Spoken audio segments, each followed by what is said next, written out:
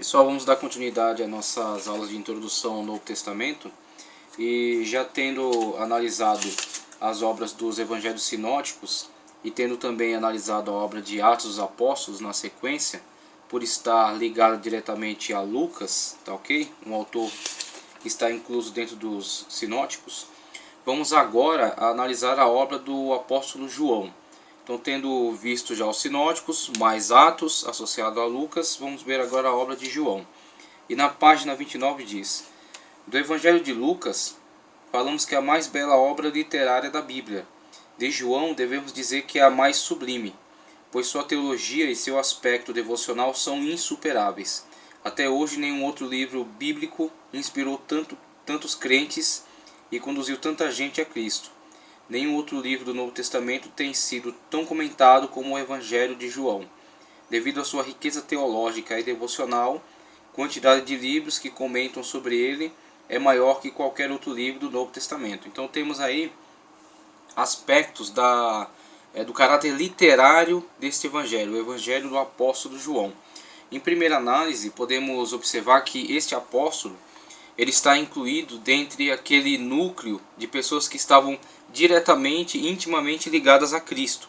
Então, quando vemos as narrativas dos evangelhos que tratam sobre a vida de Cristo, a eleição dos discípulos que veio se tornar os apóstolos e as peregrinações que faziam pela Palestina, pregando a palavra, pregando o reino de Deus e executando curas, exorcismos, vemos aí que dentre o conjunto dos apóstolos, 3 apóstolos eram os mais próximos a Cristo, que estavam sempre diretamente ligados a ele.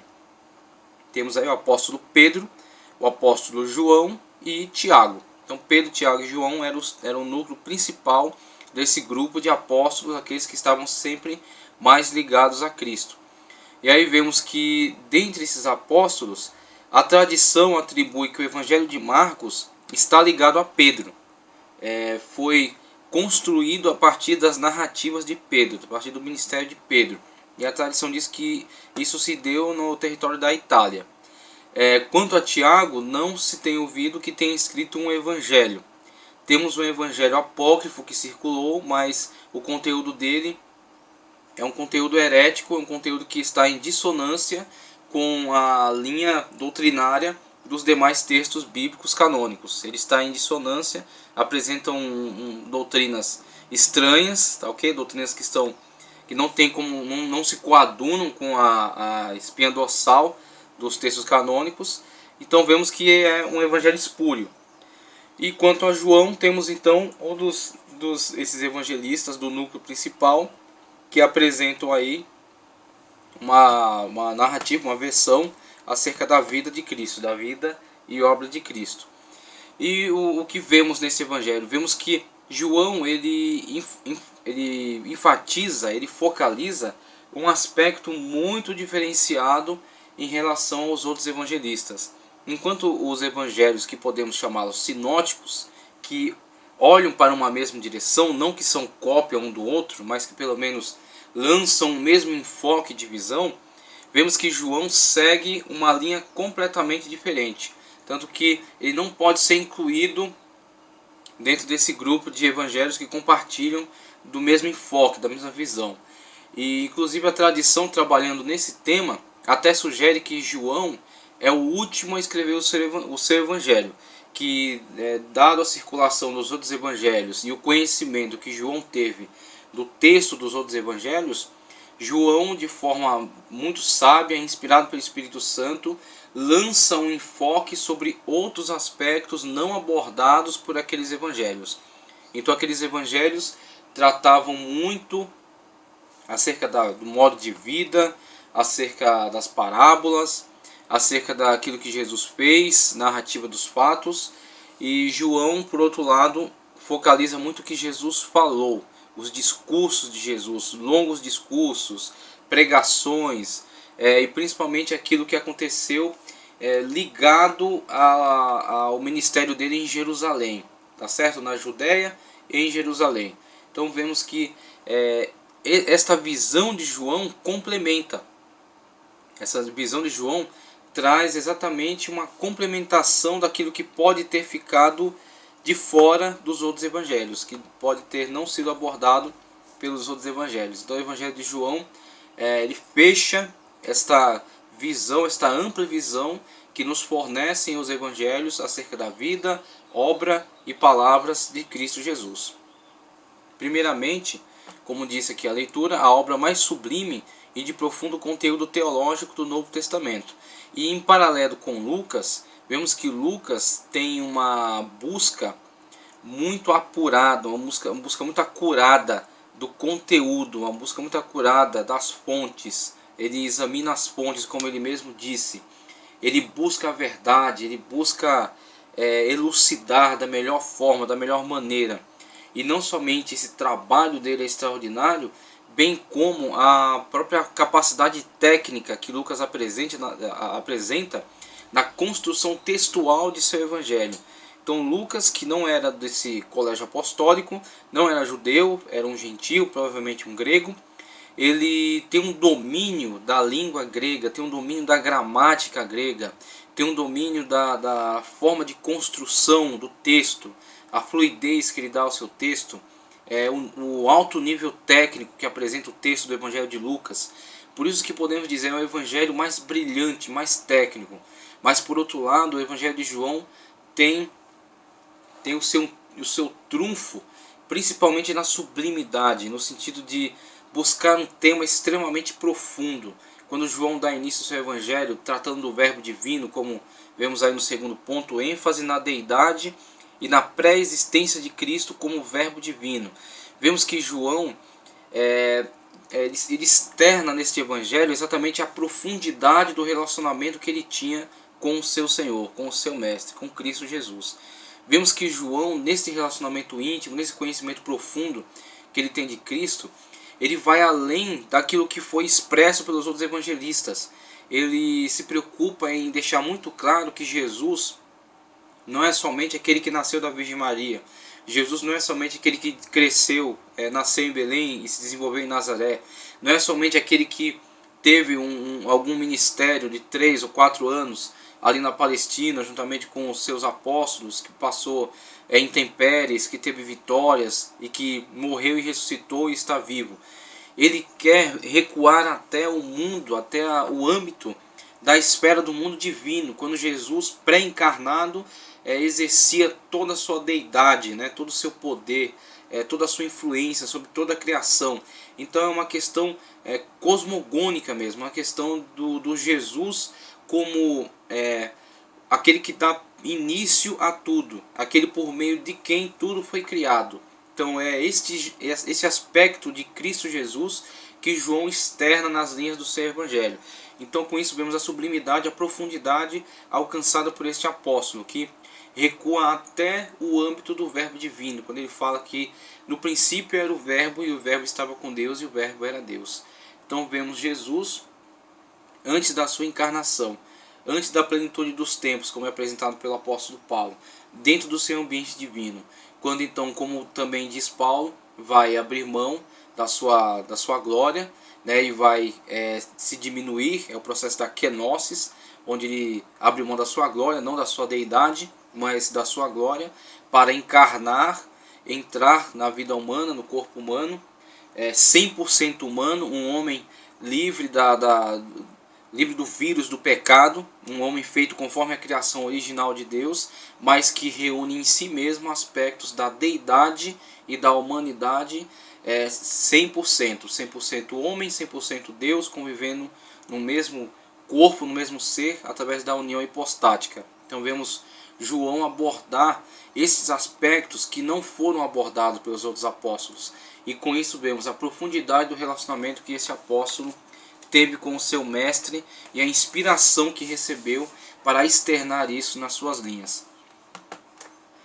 Prevalência dos longos discursos, uma visão dos milagres como sinais da natureza divina e destaque para as declarações eu sou, o ego eimi, declarações que nos remetem à manifestação do Sinai, em que Moisés, vendo uma sarça ardendo em chamas, mas sem se consumir, vai até perto dela, quando então Deus brada daquela manifestação teofânica e fala para ele acerca da sua chamada. E quando Moisés pede a Deus uma definição acerca de si mesmo, qual é o nome desse Deus, em nome de que Deus eu vou me apresentar ao teu povo, a única definição possível para Deus, dada por si mesmo, dada a si mesmo, é eu sou. Além do existir, ele é. Tudo que existe depende do ser, que é Deus. Deus é. Então Deus é, dá a existência ao existir, dá começo ao tempo, a todas as coisas, e é atemporal. Está fora do tempo, está fora da matéria. Deus não existe, Deus é. Eu sou. E é essa declaração, esta única declaração que pode também definir a pessoa de Cristo Jesus. Ele é, porque ele é Deus. Então vemos aí o Evangelho de João, até que ponto, até que profundidade chega o evangelista na sua definição. O Evangelho de João difere bastante dos três anteriores. Provavelmente foi o último, foi escrito por último, talvez em torno de 90. O autor se preocupa mais com o sentido dos fatos do que com os fatos em si, os quais presumivelmente já eram bem conhecidos na época. O autor começa apresentando Jesus como a palavra de Deus,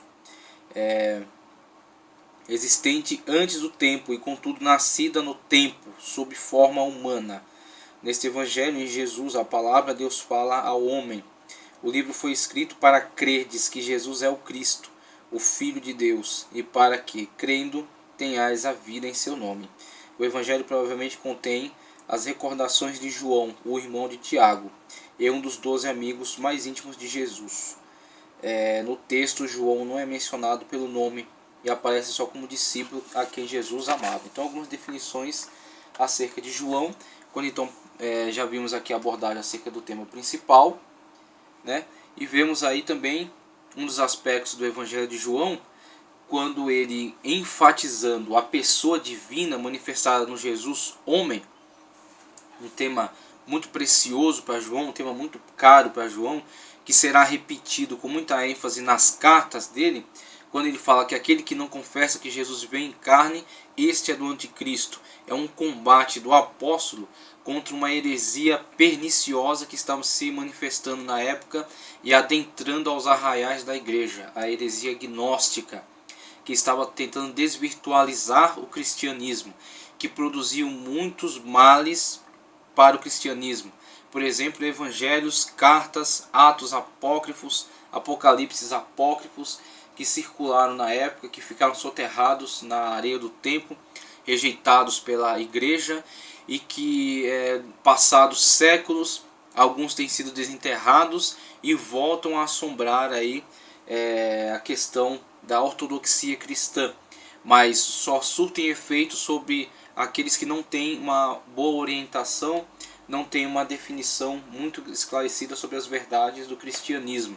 Só esse tipo de pessoas desorientadas é que cedem à influência desse tipo de evangelho.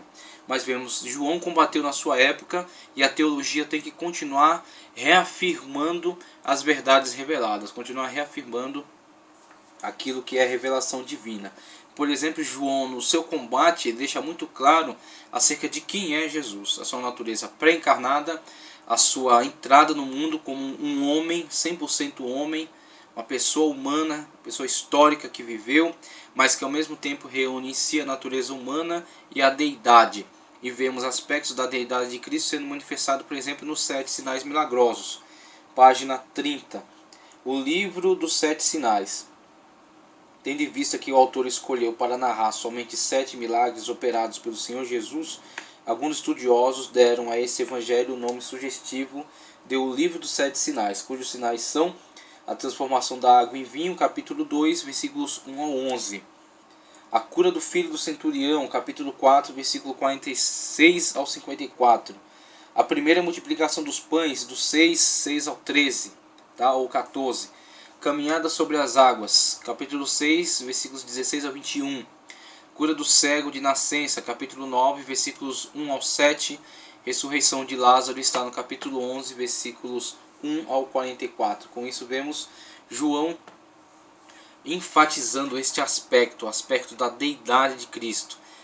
tentando analisar da melhor forma, com um enfoque mais amplo possível acerca da totalidade da natureza de Cristo, deixando sempre claro, ele é o verbo pré-encarnado, ele é o Deus, o eu sou, o Todo-Poderoso, mas ele é também o homem Jesus, o Cordeiro de Deus, né? Aquele que veio tirar o pecado do mundo.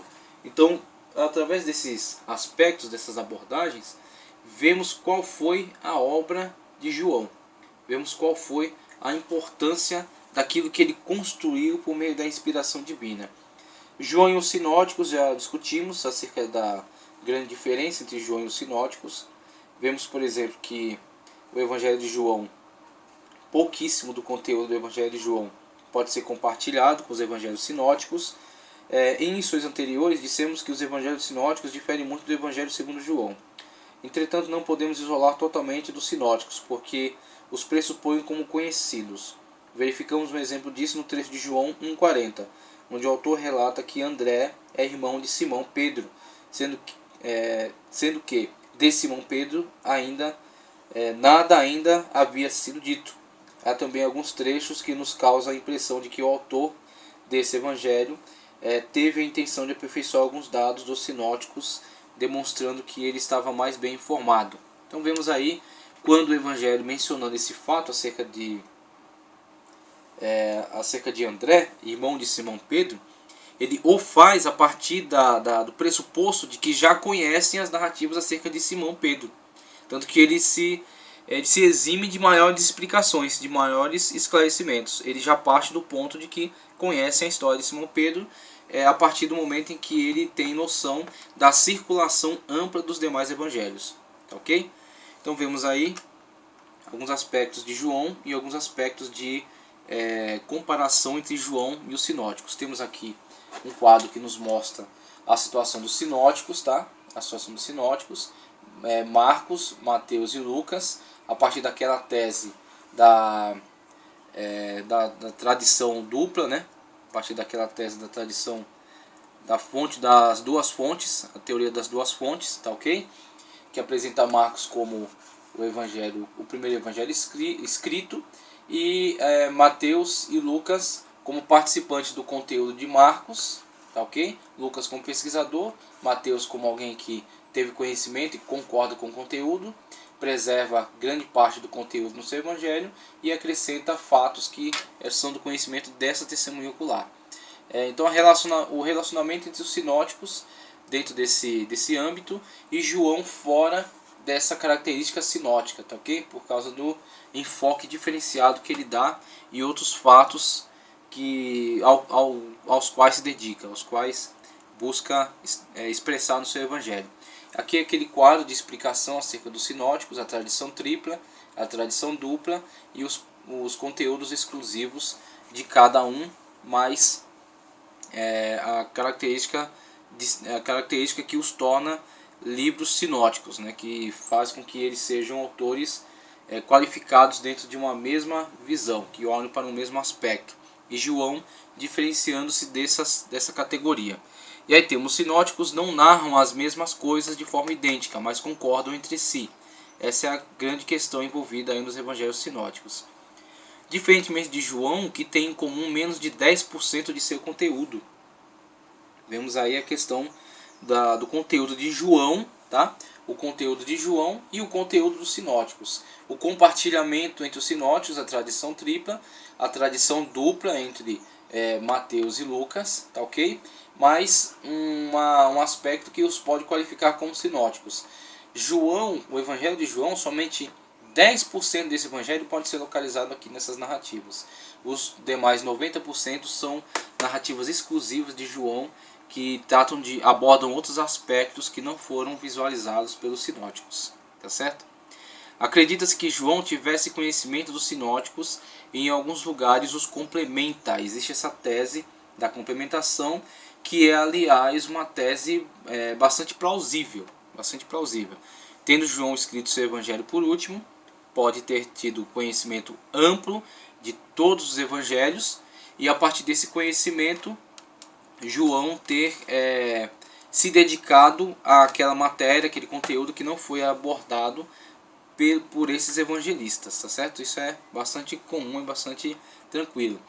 Acredita-se que João tivesse conhecimento dos sinóticos, em alguns lugares complementa, e também João não dá ênfase biográfica à vida de Cristo, mas em sua narrativa temos uma extensão maior de tempo com uma descrição de 3 ou 4 Páscoas. Isso é um fato bastante interessante no Evangelho de João. Mesmo João abrindo mão dessa característica biográfica, ele não deu ênfase a essa característica biográfica. Por outro lado, João dá aspecto a uma questão que não é muito clara dentro dos evangelhos sinóticos. Não é muito clara nos evangelhos sinóticos, que é com relação ao período ministerial de Cristo. Temos na leitura dos evangelhos, temos a impressão de que o ministério de Cristo foi mais curto, porque eles apresentam a vida de Cristo e finalizam todos com a narrativa de uma Páscoa.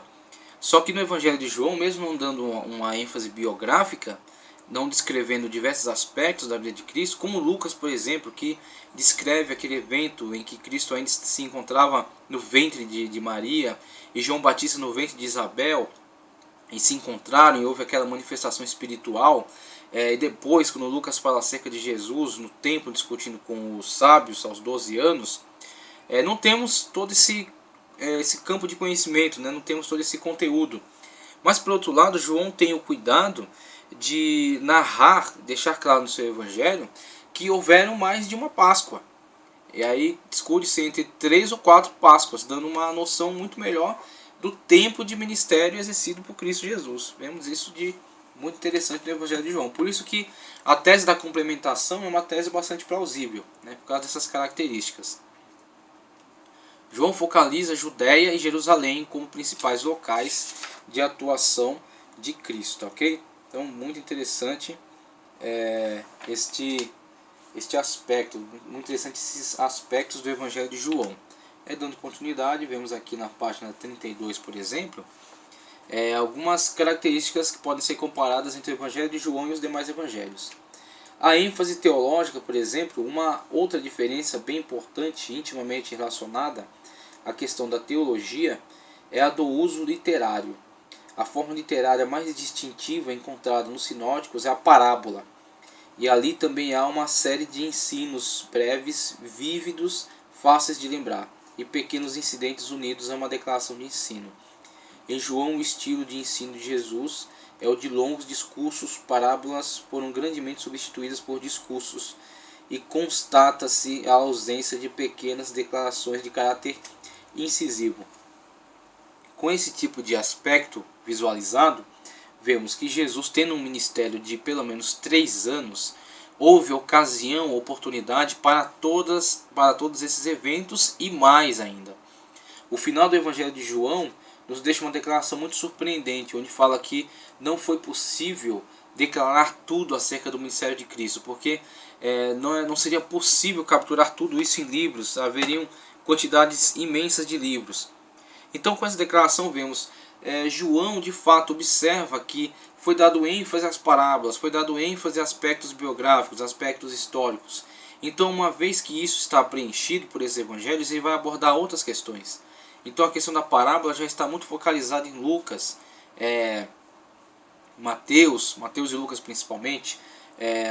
O dinamismo do ministério de Cristo está muito claro, muito presente em Mateus. E João reúne aquilo que ele sabe, testemunho ocular que era, aquilo que ele sabe acerca das declarações de Cristo Jesus e os importantes eventos localizados em Jerusalém e na Judéia como um todo, tá ok? Então vemos nesse quadro de comparação, por exemplo, os sinóticos, as ênfases que eles dão. O nascimento de Jesus, o batismo, tá ok?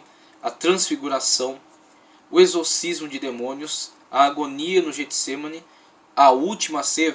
Temos alguns aspectos biográficos, algumas narrativas históricas, mas relatam acerca de uma ceia. Discurso no Monte das Oliveiras. Agora no Evangelho de João vemos primeiro o verbo pré-encarnado, a profundidade e o nível teológico em que João alcançou com o seu Evangelho.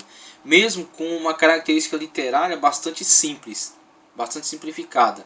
João não tem um domínio tão amplo da literatura, de uma ferramenta de literatura tão avançada, tão técnica. O seu texto é simples, a sua forma de uso da língua grega é simples, mas o seu tema é profundo, mas o seu conhecimento é muito profundo.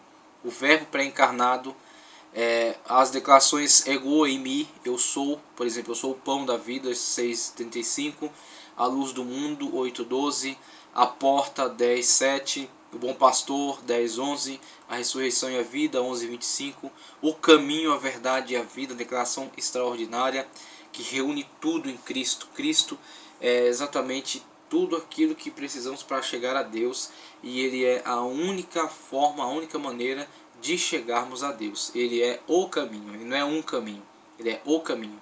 Ele não é uma verdade, ele é a verdade absoluta. Por mais que entre os homens haja o relativismo moral, haja o relativismo ético, haja verdades diversas, todas as verdades estão subordinadas à verdade. A verdade é Cristo Jesus. Por mais que alguém entenda que isso é verdade, aquilo é verdade, qual é a verdade de Cristo Jesus? É o que interessa. Ele é o caminho, ele é a verdade e ele é a vida. 14:6. A videira verdadeira também é um tema presente em João que não foi abordado nos sinóticos. Perspectivas teológicas.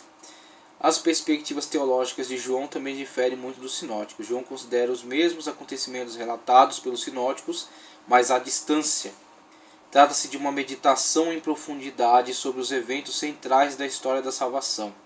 Seu desígnio é pôr em evidência a identidade entre o Jesus histórico e o Jesus presente em sua igreja, traçar as linhas que conduzem de cada evento da vida de Jesus a cada manifestação da vida, da vida de Jesus Cristo, o Senhor glorificado da igreja. Jesus Cristo é retratado em João sendo ao mesmo tempo humano e divino. Ele se vale de uma terminologia filosófica, o logos, para exaltar a Jesus e definir a sua natureza hipostática no mais alto grau. No princípio era o verbo estava com Deus e o verbo era Deus. O verbo se fez carne e habitou entre nós, conforme João 1,14. Extraordinário esse nível teológico ao qual João chega nas suas narrativas, né? Temos aí uma outra questão, muito importante também, a questão do apêndice. Aqui na página 32 ainda, o capítulo 21 de João tem sofrido as mesmas críticas que sofreu o capítulo 16, 9 ao 20 de Marcos. Acredita-se que trata-se de um epílogo, um apêndice posterior feito por um outro autor.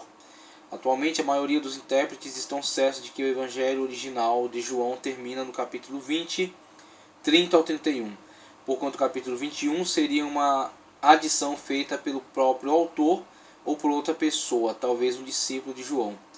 Ainda que não considerássemos que o capítulo 21 inteiro fosse um adendo, pelo menos os versículos 24 e 25 dão fortes indícios de que alguém os inseriu posteriormente. Esse trabalho poderia ter sido feito após a morte de João por algum editor mais recente, a fim de identificar João como o autor do livro, a autenticar a sua origem apostólica.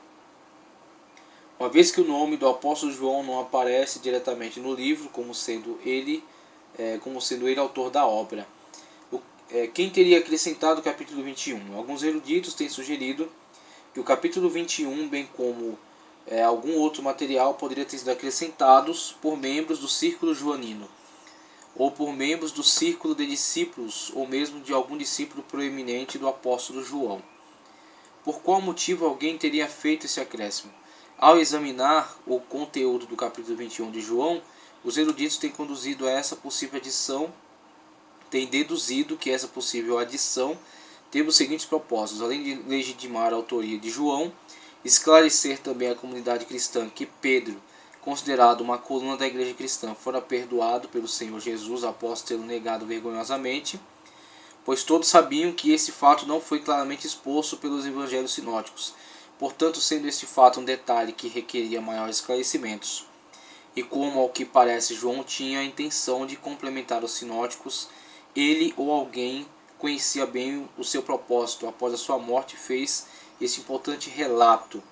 Então a fonte de João, como temos aqui descrito, e a questão desse adendo do capítulo 21, e fortemente os versículos 24 e 25. E na verdade, isto sendo um adendo ou não, se for um adendo, também não nos causa estranheza. Porque, conforme já foi esclarecido em outras aulas, os autênticos evangelistas sequer se preocupavam em colocar, em imprimir o seu nome na obra. E isto é a evidência, é um sinal da tranquilidade da sua autoria em relação àquela obra. Os evangelhos apócrifos, por outro lado, que não gozavam da autoridade apostólica, não gozavam da autenticidade fornecida pela presença do seu autor, da sua testemunha ocular, como autentificando aquele conteúdo como verdadeiro, como obra genuína, necessitavam de inserir um pretenso autor, um pseudo-autor, e gozar de alguma aceitação a partir daquela alegação, mesmo que falsa, até que fosse desmentida por uma testemunha ocular. Então, essa é a grande questão desses evangelhos e cartas e atos e apocalipses apócrifos, sempre apresentarem um nome, se associarem a um nome de um apóstolo, para tentar gozar de alguma aceitação, enquanto que os evangelhos genuínos não necessitavam desse tipo de autenticação, porque a sua autenticação é a presença da testemunha ocular na comunidade em que aquele evangelho nasceu. Se o evangelho de João, por exemplo, nasceu na comunidade de Éfeso, quem atesta sua autenticidade é a presença de João. E a presença de João continuada pela presença dos seus discípulos imediatos. E os seus discípulos imediatos, querendo preservar esta obra, vendo a mudança da sociedade da sua época e as frequentes tentativas de inserção dos hereges dentro do círculo do cristianismo, e entendendo por bem deixar esse esclarecimento presente aí nesta obra. Tá, ok? Essa finalização do Evangelho de João, todo o conteúdo, observamos, não há essa preocupação, e no final do Evangelho há este adendo, que é uma renovação da autenticação que já estava presente. O Evangelho já aceito e a renovação dessa autenticação para a posteridade. Então vemos aí alguns aspectos do Evangelho de João. Perspectiva teológica, a natureza hipostática, a união do Jesus Deus, 100% Deus, e a união desse 100% Deus com Jesus 100% homem, tá ok? Da criação original humana, sem pecado, conforme Deus havia criado lá no Jardim do Éden. Então é este o Jesus que se manifestou ali, 100% Deus e 100% homem, tá ok? A unidade literária, capítulo 21, então a unidade literária inquestionável, tá ok? Para todo o conteúdo, e a possibilidade do adendo do capítulo 21, principalmente versículos 24 e 25, mas sem qualquer problema em relação a isso. Objeções, só um minuto. Objeções da unidade pela crítica. Objeções da unidade pela crítica. Vemos aqui nesse aspecto objeções da unidade pela crítica, extratos, outros autores, silêncio de Policarpo, Pápias fala de 2 Joãos, os alogoi, algumas fontes de crítica em relação ao Evangelho de João. Então vemos aqui a questão do apêndice, a fonte, vamos localizar o texto que trata acerca dessas críticas levantadas. Temos aqui algumas. Temos aqui autoria. Acerca da autoria, por exemplo, a semelhança dos sinóticos, o Evangelho em estudo é considerado formalmente uma obra anônima. Isso aí já foi discutido em relação à autenticidade prestada pela presença do autor. O título que foi dado pela tradição a este Evangelho, o argumento contra a autoria do apóstolo João. Aí vemos crítica externa. Alguns estudiosos acham estranho o fato de Policarpo, contemporâneo do apóstolo João, não fazer nenhuma referência a João em sua carta aos Filipenses. Tem sido afirmado que, posto a tradição eclesiástica não poder fornecer-nos qualquer afirmação acerca da autoria joanina, antes de 170, não temos por essas mesmas razões qualquer motivo para aceitar um testemunho que, assim sendo, é relativamente tardio.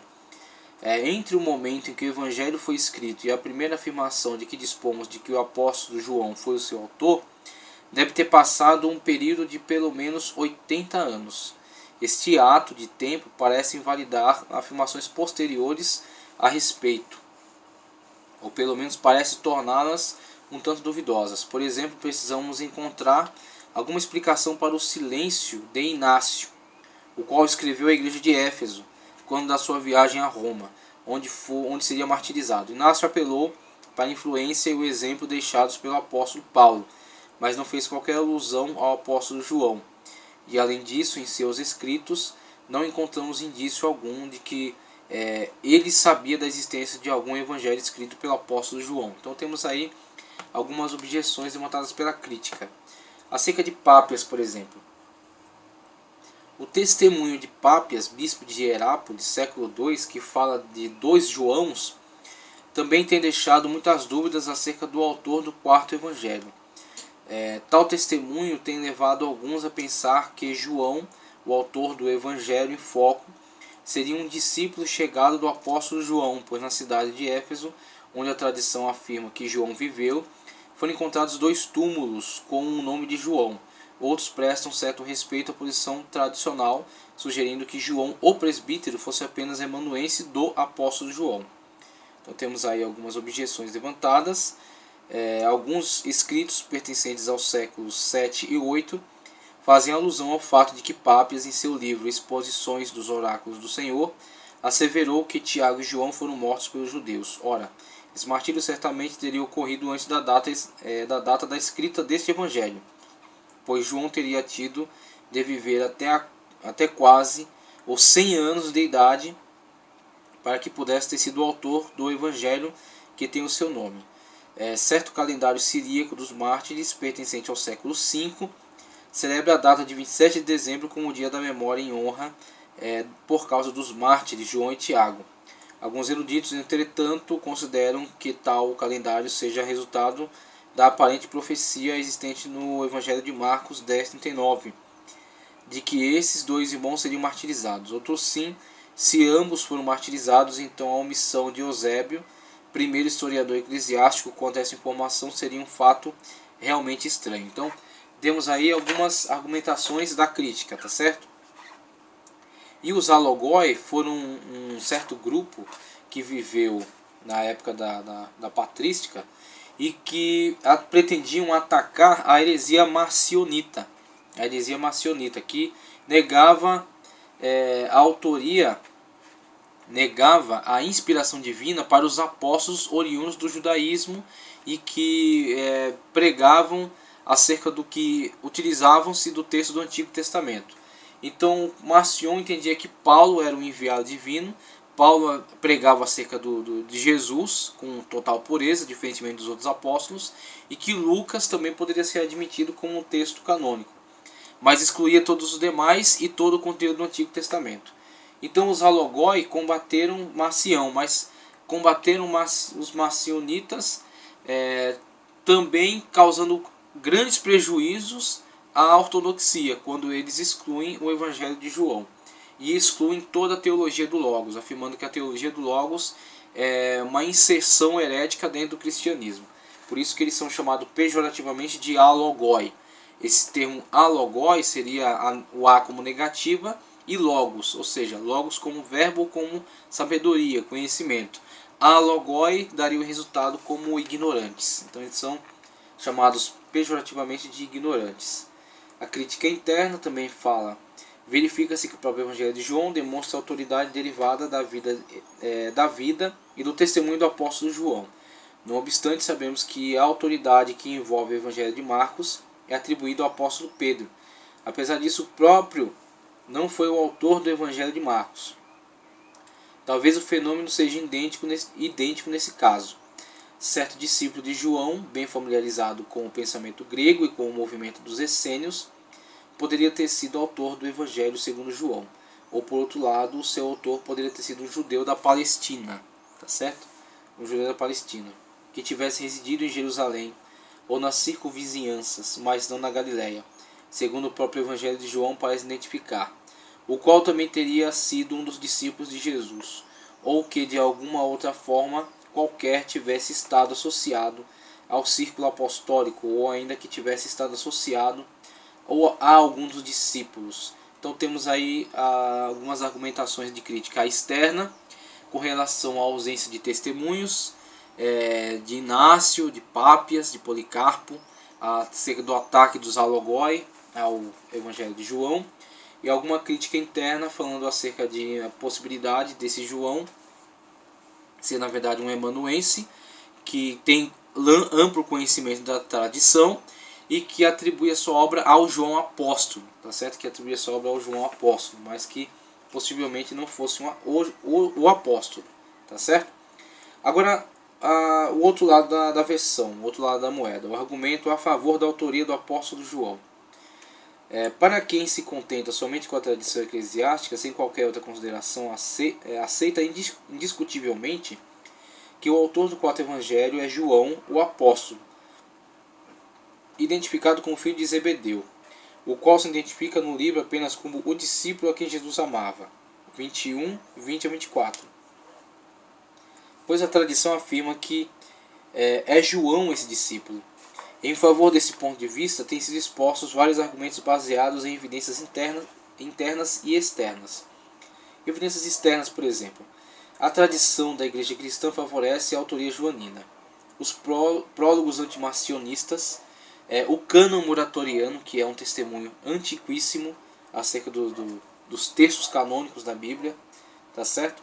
Irineu, Clemente de Alexandria, Tertuliano, Taciano, Cláudio Apolinário, bispo de Herápolis, Atenágoro, Teófilo de Antioquia, todos do segundo século. Alguns consideram que a mais antiga referência ao apóstolo João, como autor desse evangelho, é o fragmento muratoriano, que deve ter sido escrito cerca de 170 a 180 da era cristã. Conforme vemos, a crença na autoria joanina é bem antiga e proveniente de vários lugares, como Ásia, Gália, Egito, África e Roma. Toda o vasto território do mundo antigo, né? De onde vem diversas testemunhas afirmando João ser o autor, João apóstolo ser o autor desta obra. O primeiro escritor a fazer claras citações do quarto evangelho e atribuir a obra a João é Teófilo de Antioquia, em 181. Mas já antes desta data, vários escritores, inclusive Taciano, um aluno de Justino Marte, Cláudio Apolinário, bispo de Herápolis, e Atenágoro, fazem claras citações do quarto evangelho, tratando como fonte com autoridade. Isso nos faz retroceder a Policarpo e Pápias, sobre os quais as informações existentes procedem basicamente de Irineu, final do século II, e Eusébio, historiador da Igreja Primitiva, século IV. Policarpo foi martirizado em 156, com a idade de 86 anos. Não há, portanto, motivo para negar a veracidade das afirmações de que ele se relacionou com os apóstolos na Ásia, João, André e Filipe, e de que aqueles que foram testemunhas oculares e ministros do Senhor lhe confiaram a supervisão da igreja em Esmirna. Irineu conheceu pessoalmente Policarpo, e é por meio de Policarpo que temos as mais importantes informações a respeito do quarto evangelho. Escrevendo a Florino, Irineu recorda, vejamos aqui um trecho do texto.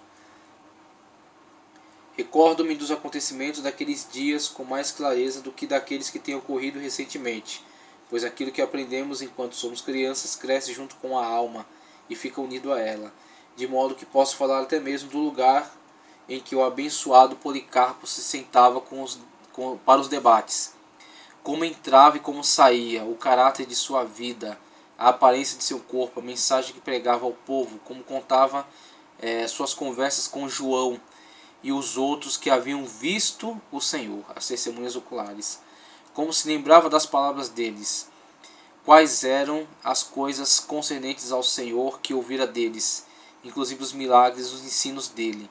E como Policarpo havia recebido isso da parte das testemunhas oculares da palavra da vida, e relatou todas as coisas de conformidade com as Escrituras, quase todos os estudiosos concordam que esse João referido por Irineu não é outro senão João, o apóstolo, filho de Zebedeu, tá ok? Então, temos aqui algumas evidências que agora mostram o outro lado da história, né? Evidências externas, que apontam testemunhos acerca de João, de pessoas que se relacionaram diretamente com João, tá ok?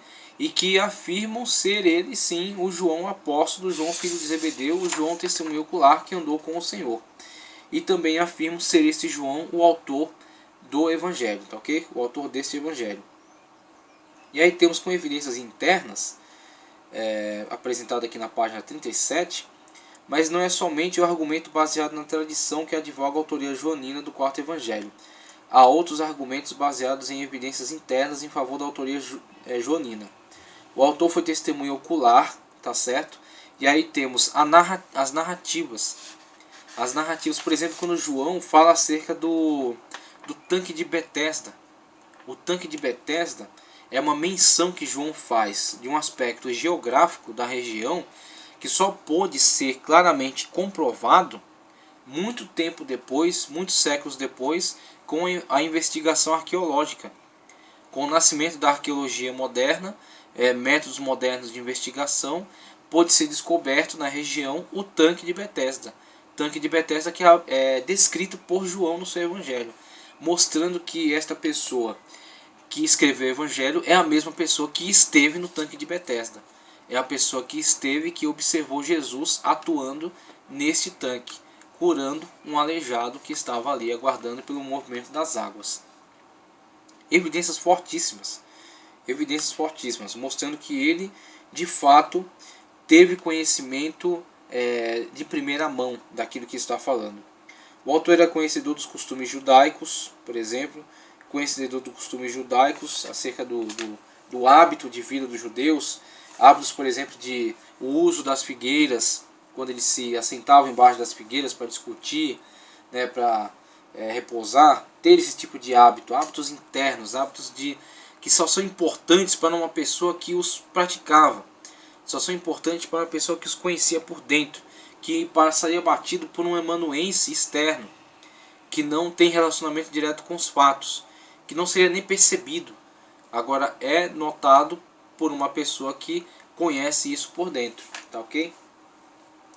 Então, partindo para a conclusão, vemos, embora a questão da autoria deste Evangelho de João continue sendo um assunto extremamente debatido, uma coisa é certa: se o autor foi um homem profundamente religioso, místico por natureza, que mantinha real comunicação com Cristo a respeito de quem ele escreveu, e apesar do retrato falado que faz dele ser radicalmente diferente dos evangelhos sinóticos, é óbvio que ele cria que esse Cristo transcendental fosse o Jesus histórico. Então temos aí as probabilidades, tá? As probabilidades da autoria de João como testemunho ocular, a questão das narrativas em que ele faz, em que os relatos que ele dá, que demonstram ser ele conhecedor dos fatos que estão sendo relatados, os detalhes apresentados acerca da geografia e dos hábitos, tá ok?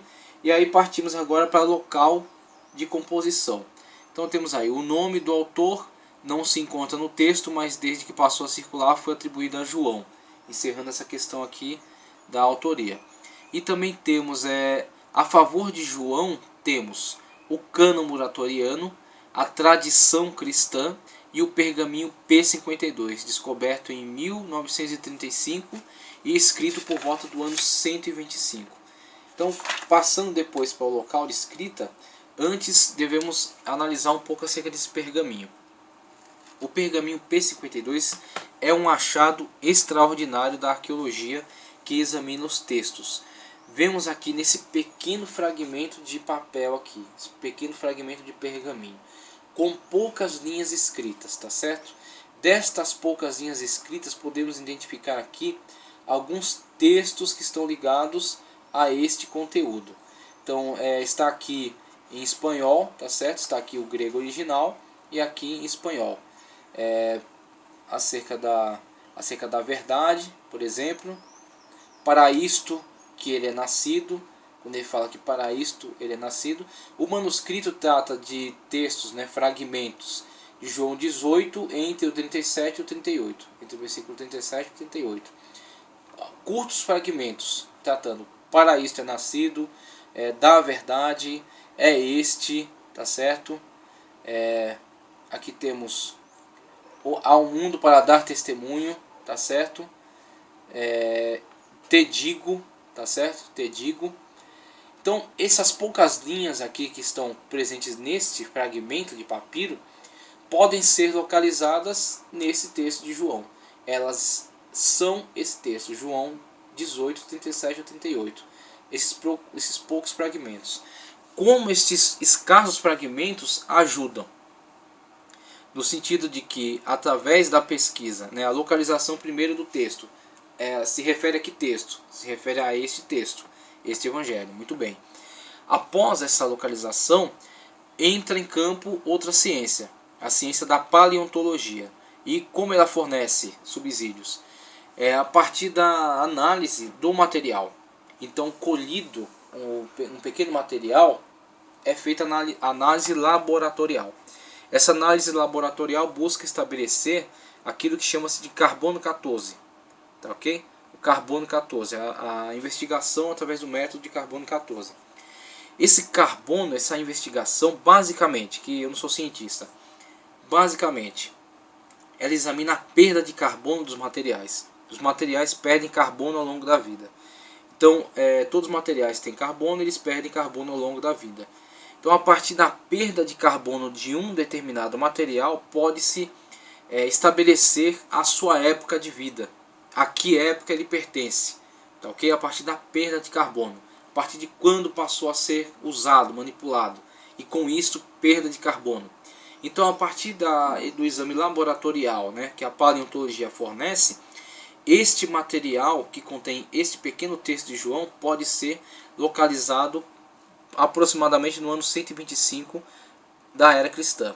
No ano 125 da era cristã. Para que serve essa afirmação? Essa afirmação serve para calar a boca de críticos que afirmavam que esse texto foi escrito pelo menos no segundo século. Pelo menos no segundo século da era cristã. Ou seja, tiravam totalmente a possibilidade desse texto ser de autoria de João, o apóstolo, né, atribuindo esse texto ao segundo século da era cristã. Com essa descoberta arqueológica e com esse exame laboratorial, este material, que é João 18, 37 e 38, está datado de pelo menos 125 da era cristã. Ou seja, próximo da época do autógrafo, do texto que saiu das mãos do apóstolo. Próximo de 90 da era cristã, quando João, o apóstolo, escreveu este evangelho. Tá certo? Então esse texto provavelmente é uma cópia do autógrafo, uma cópia do evangelho original. Tá certo? Que circulou, né, em 125, circulou desde antes, em 125, e foi, pela providência divina, guardado, reservado para esta ocasião. Esse fragmento de texto chegou até as nossas mãos para ser investigado, para ser datado e para servir de comprovação. Vemos aí o texto descoberto em 1935 e sendo datado do ano 125 da era cristã, o manuscrito chamado Highlands P52, um texto muito importante. Então, o local de composição, quase tudo em João é polêmico e obscuro. Talvez Deus quis que fosse assim. Talvez Deus quis que fosse assim. Então, dentre as polêmicas que podemos observar do Evangelho de João, esta é mais uma delas, que trata acerca do local, tá certo? Trata acerca do local de autoria deste Evangelho. Então, vemos aí...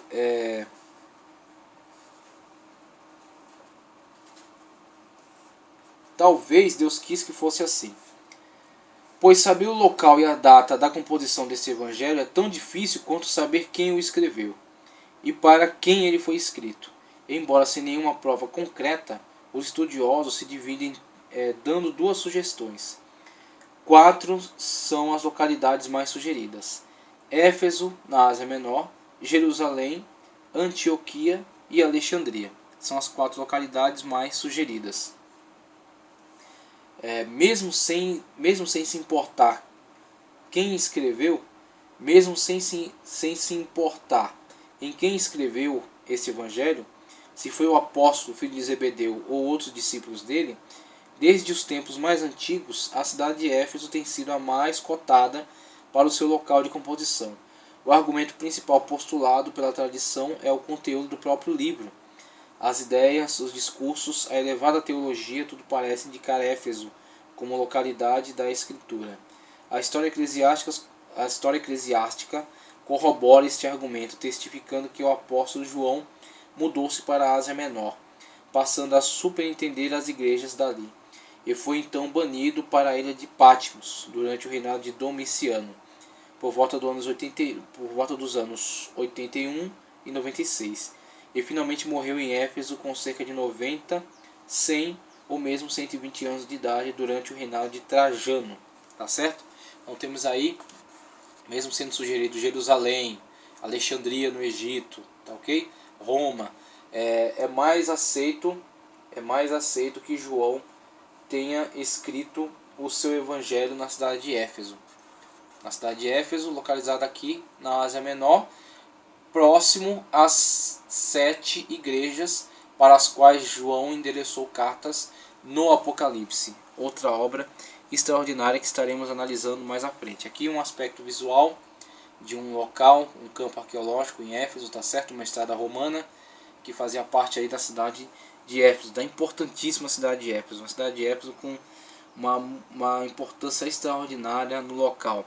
Uma cidade de muita influência cultural, muita influência política, muita influência econômica e uma base importantíssima para o Evangelho. Paulo trabalhou lá, Apolo trabalhou lá em Éfeso também, e João, no final de sua vida, também trabalhou em Éfeso e foi responsável por Éfeso e por essas igrejas às quais endereça a carta na autoridade apostólica de que gozava, tá certo?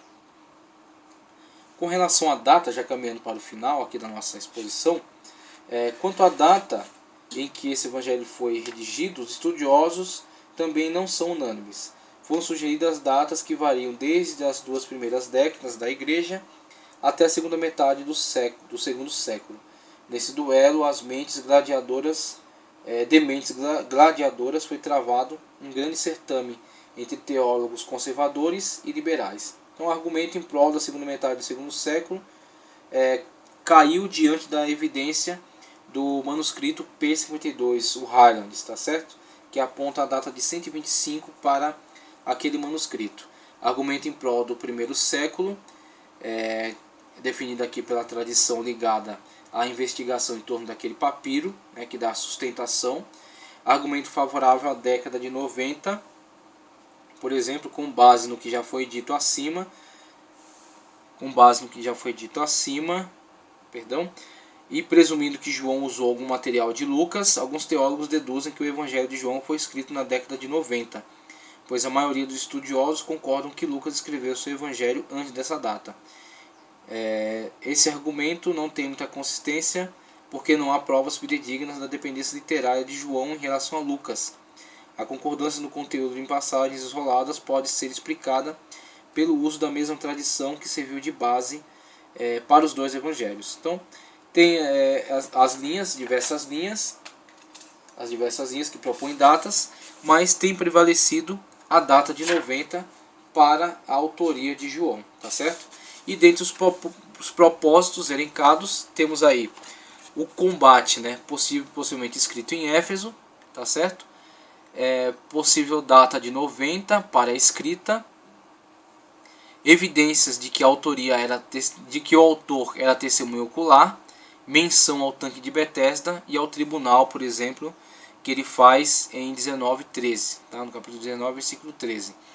Possivelmente escrito em Éfeso, como já dissemos, a forte tradição afirma a autoria desse evangelho na cidade de Éfeso e a importância que João tinha na administração das igrejas desse local. Vemos isso, por exemplo, em Apocalipse, tá? A vasta obra de João, Evangelho, 3 cartas de João, mais o livro profético por excelência do Novo Testamento, o livro de Apocalipse. E dentre os propósitos do Evangelho, podemos elencar aqui combate ao gnosticismo, que era, aliás, muito forte nesta região muito forte nessa região, tá certo? O gnosticismo se desenvolveu muito nessa região. Combate ao judaísmo e combate aos discípulos de João Batista, tá certo? Esclarecer a pureza da fé cristã, constrói um importante tratado teológico acerca da deidade de Cristo. Temos aí a maravilhosa obra do apóstolo João, tá ok?